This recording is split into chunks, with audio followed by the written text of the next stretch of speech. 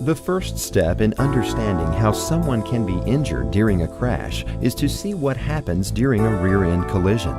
The best way to do this is to study crash test footage involving live human test subjects.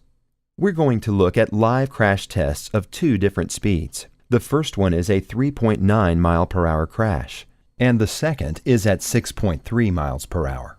These are considered very low speed collisions, and many collisions in the real world are at much higher speeds. Live occupant tests are not done at higher speeds simply because they are not safe for volunteers. First, we'll watch the cars from the outside as they collide. As you can see, the occupant motion takes place very quickly, in about 1/10 of a second. Let's change our view slightly and see the effects on the occupant during the crash. First, we'll watch the impact at its actual speed. As we can see, the occupant is exposed to very rapid accelerations. In fact, in this collision of just 4 miles per hour, the occupant's head experienced 5 Gs of force, comparable to what a fighter pilot might experience, but without any protective equipment. And this is from a collision of about walking speed. Now, let's slow this crash down so that we can see the details of the occupant motion. As we can see in this video, the car is accelerated forward, pushing the pelvis and torso forward with the car seat. Since the occupant's head is not in contact with the car, it lags behind the body until it hits the head restraint. Finally, the head rebounds forward in the direction of the car's motion.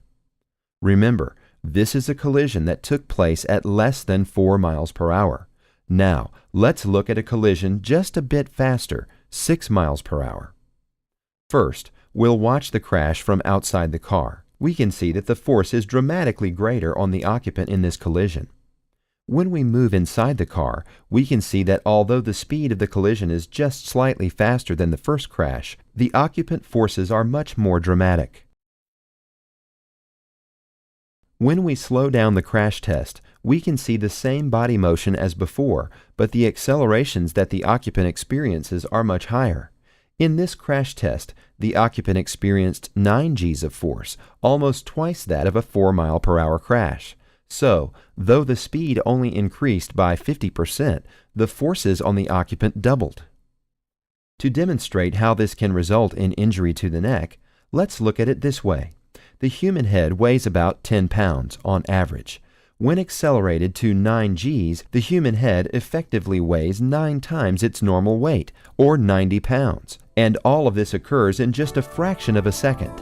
As we'll see in the other videos, it is the rapid acceleration of the head in relation to the torso that results in whiplash injuries.